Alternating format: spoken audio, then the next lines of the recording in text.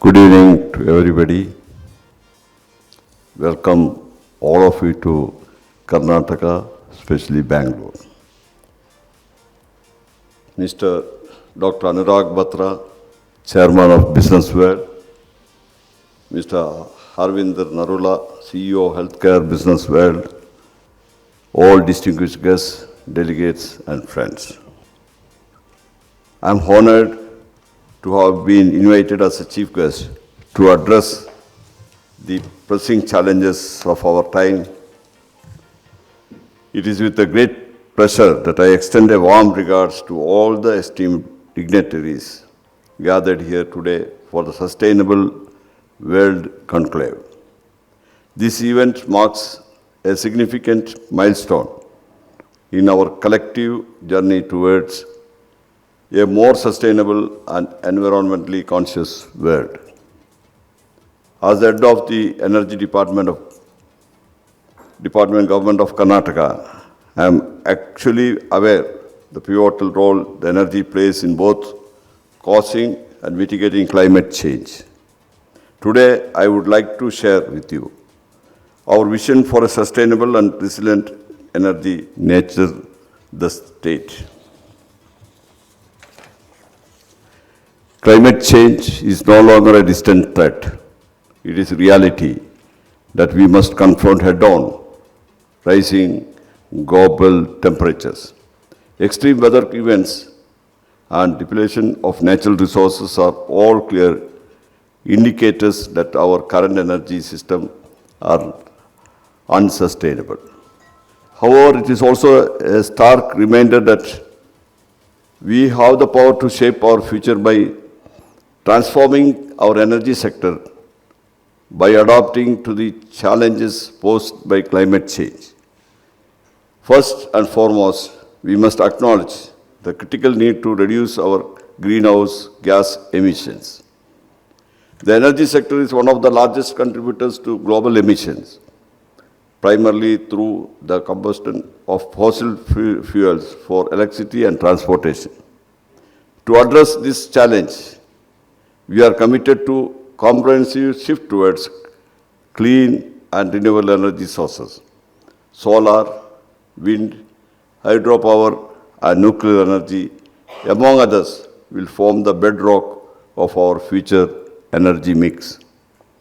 The Karnataka model.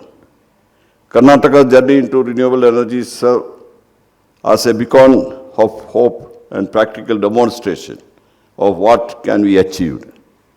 The state has shown that transition to green energy is not just an environmental necessity, but an economic opportunity. It has attracted investments, generated employment, and reduced its carbon emissions. Karnataka's success underscores the potential for other regions and nations to follow suit. The Karnataka was the first among the southern states to notify the RE policy, the renewable energy policy aimed at an organized growth of RE sector. The state has 16 gigawatt plus RE installed capacity with more than 50% share in the overall installed capacity for generation. Karnataka RE system alone is greater than many European countries like Iceland.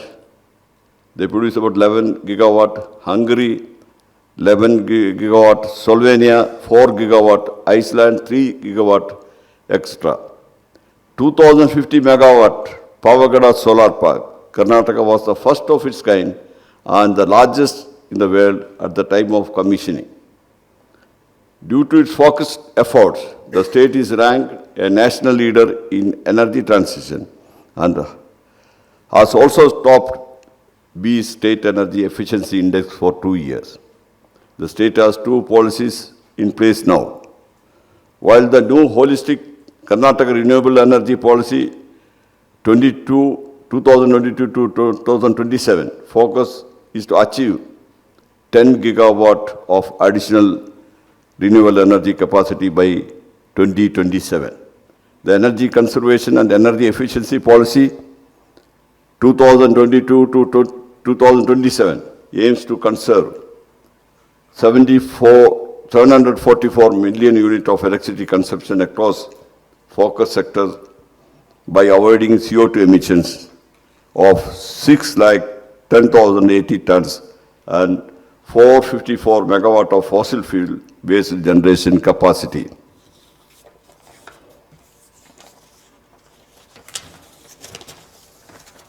Karnataka is number one in setting up infrastructure for solar, wind, and other renewable energy sources.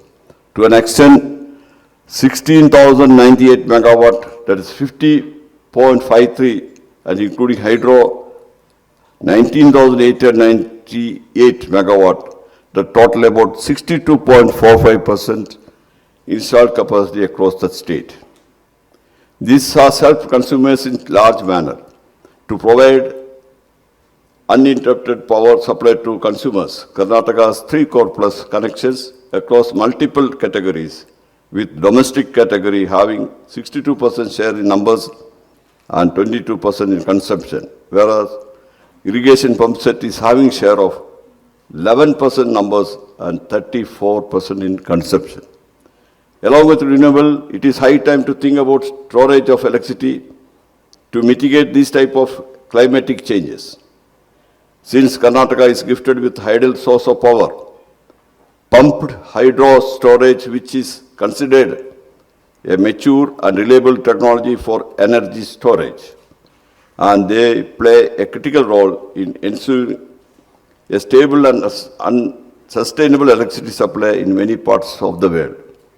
When it comes to the distribution side, the major impact on the demand during climatic changes is the irrigation pump sets, whose demands vary abnormally. To mitigate this issue, Karnataka is planning for providing power supply to IP sets only during the solar hours, either through off-grid solar pump sets or through feeder solarization.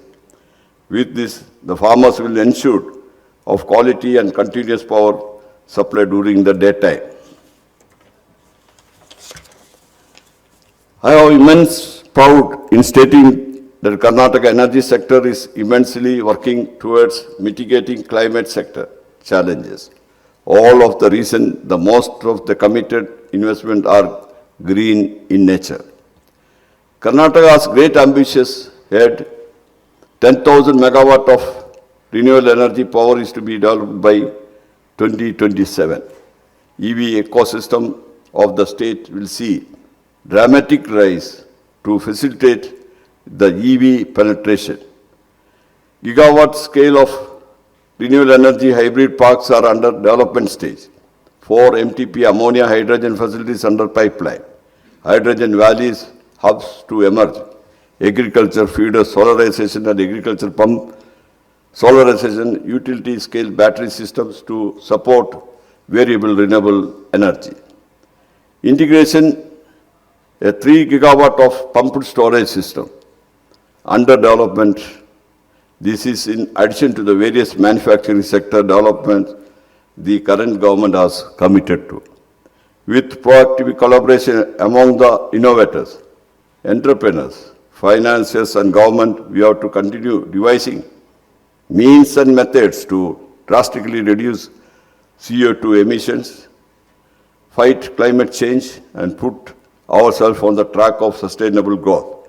We would like Karnataka to be pioneer across the clean energy transition, decarbonization and circular economic themes.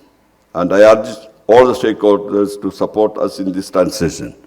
What I told, we already made several plans. See, the climate change is coming very fast. This year, we are facing shortage of rainfall. The rain, most of our storages, that is hydro, the dams and all, 50% empty.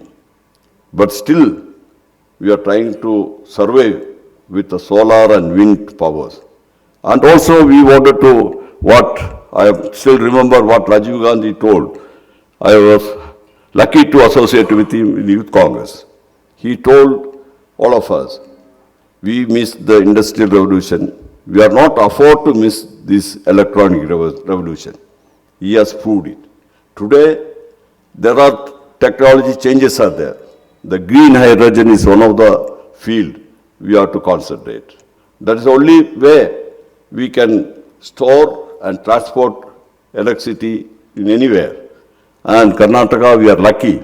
We got enough of resources to manufacture this green hydrogen because we got we got cheap power, solar, we got wind power also. That's why we can make use of these raw materials and we can make ammonia out of the air and we can store the thing. That's what already we got a very good team of engineers. They are working well. As earlier told, Pavagada, if anybody visit Pavagada and you can see how Karnataka in those days itself, you could able to concentrate on the solar energy. And while coming I have seen, I was a Minister of Bengaluru Development. That time we got a big problem, big challenge is this waste, solid waste management.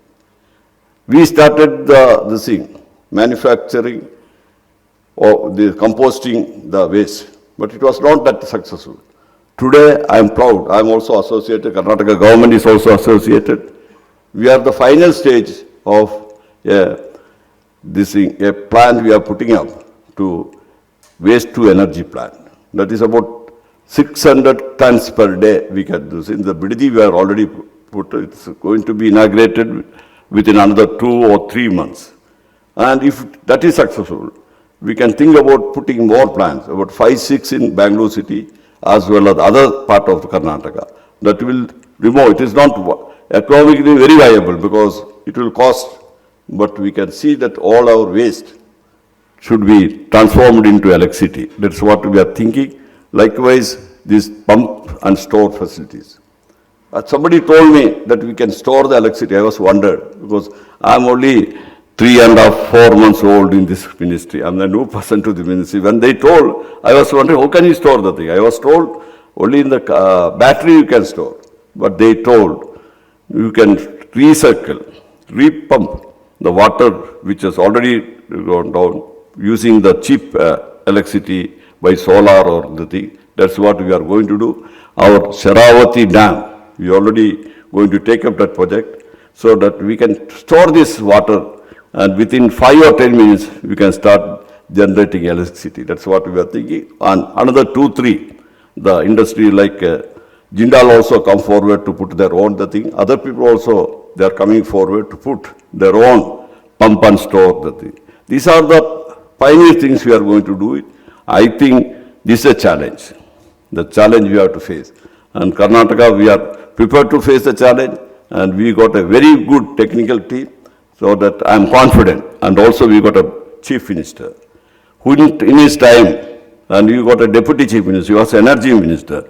In that time, in 2013, we started this Pavagada industry.